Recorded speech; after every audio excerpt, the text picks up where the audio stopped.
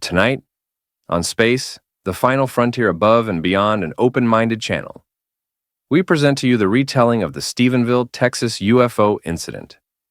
Our journey takes us deep into the heart of Texas, a quiet farming town, a place of ranches, cattle, open skies, and hard-working people. The kind of town where neighbors know each other's names, where the stars shine brighter than the city lights. But on the night of January 8th, 2008, those skies lit up with something that defied explanation, a phenomenon that shook the residents of Stephenville to their core and sparked one of the most extraordinary UFO encounters in modern history. This is not just the story of strange lights in the sky. It is the story of silence, of government denial, of technology that should not exist. And for some, it is the story of something even greater, a connection to the ancient watchers, the Illagim, and the mysteries that Lacerda herself hinted at. What happened over Texas that night? Was it simply military aircraft mistaken for something otherworldly? Or was it the fleeting shadow of a power far beyond humanity's reach?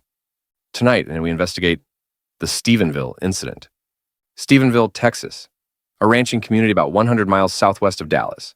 Population, just under 20,000. A place known for its cowboy culture, dairy farms, and Friday night high school football. But ask anyone who lived there in January of 2008, and they'll tell you Stephenville is remembered for something else entirely: the night the sky came alive. The events began just after 6 p.m. The sun had long dipped below the horizon, leaving a deep indigo sky stretched above the fields and farms. The stars glimmered as they always had. But then, witnesses began to notice something unusual. Among the first was Steve Allen, a local pilot and businessman. He was outdoors with friends, sitting around a fire. Suddenly, they saw bright lights, not small twinkles, not distant aircraft beacons, but massive glowing orbs that stretched across the sky. Allen later described it as a line of lights, moving silently, covering a span estimated to be over a mile long. They weren't blinking. They weren't behaving like airplanes. They glided, slow, deliberate, almost majestic. Allen, a man familiar with the skies, estimated the speed. At first, the objects seemed slow, maybe 60 miles per hour. But then, in an instant, they accelerated to impossible velocities, what he described as thousands of miles per hour, without making a sound. He said, "They lit up the sky." It was breathtaking. It was unbelievable. Others that night reported the same. Local law enforcement officers, respected ranchers, business owners, ordinary people with no reason to invent a story. They described lights moving silently, sometimes in formation, sometimes vanishing and reappearing miles away in seconds. Many claimed the craft were enormous, larger than any aircraft they'd ever seen. Some even said they could see a solid dark mass behind the lights, blotting out the stars. Now imagine you are there, standing in an open Texas field. The night is still, the air crisp. Above you, a silent giant hovers, its lights glowing against the void, its sheer size blotting out the heavens. No roar of engines, no rumble of jets, just silence and presence. A presence that feels aware of you. For many, it was a moment of awe. For others, it was terror. As reports poured in, the local newspaper, the Stephenville Empire Tribune, broke the story. Soon after, the Associated Press picked it up. What began as a local curiosity exploded into a national headline. CNN, Fox News, the New York Times. Suddenly, all eyes were on this quiet Texas town. Eyewitness after eyewitness stepped forward. More than 40 credible reports. Some described seeing military jets chasing the objects. Others claimed the lights seemed to approach a restricted airspace near President Bush's ranch in Crawford, Texas, just 70 miles away. If true, then what exactly was flying over Stephenville? And why was the military interested?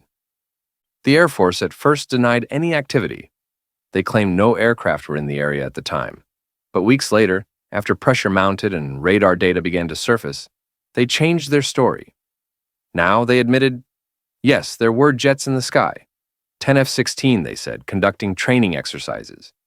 But witnesses scoffed. Steve Allen and others insisted they knew what jets looked and sounded like. These were not jets. These were silent, massive, and impossibly fast. Radar analysis obtained through Freedom of Information requests seemed to back the witnesses. Independent investigators like retired aerospace analyst Glenn Schulze examined the FAA radar logs. What they found was extraordinary. The radar showed unidentified targets moving at incredible speeds, some over 2,000 miles per hour. Targets that at times seemed to vanish, only to reappear elsewhere.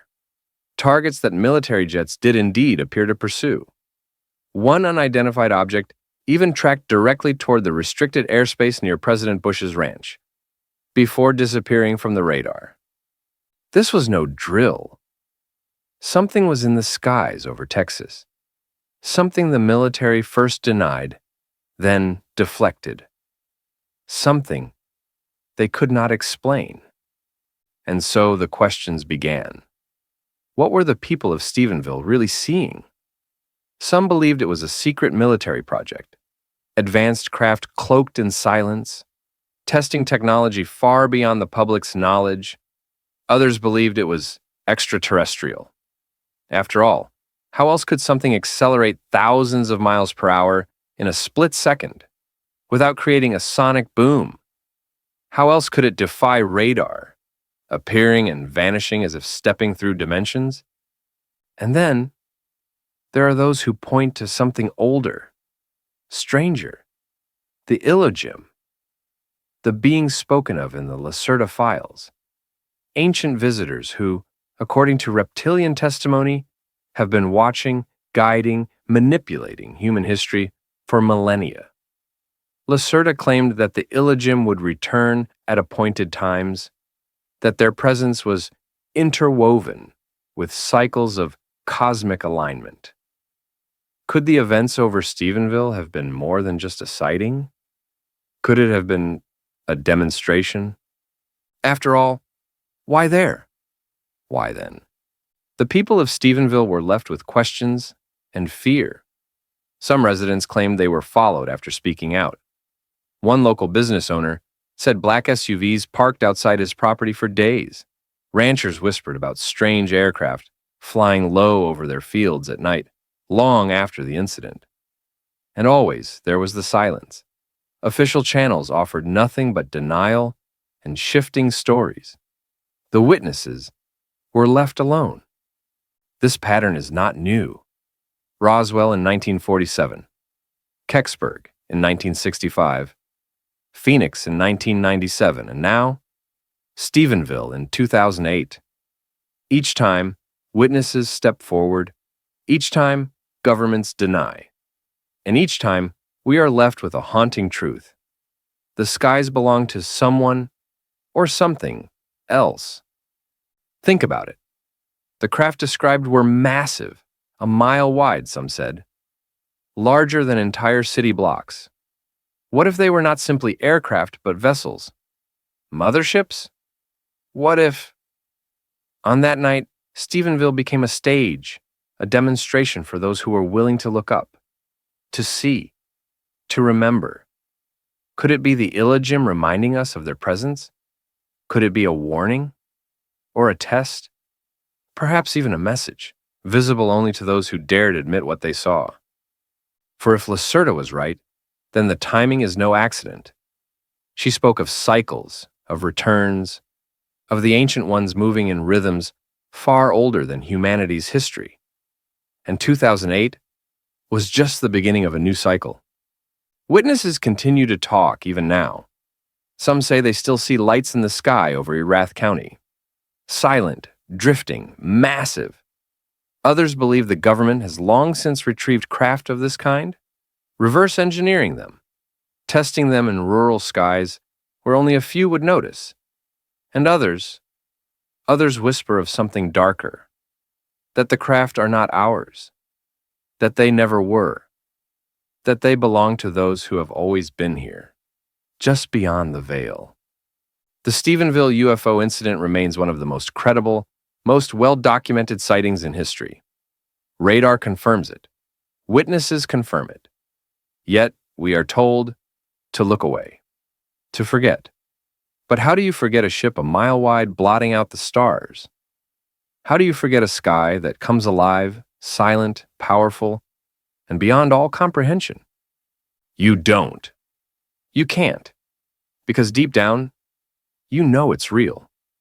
And so, we are left with the same choice the people of Stephenville had on that cold January night. Do we believe what we are told? That it was nothing more than jets, nothing more than training?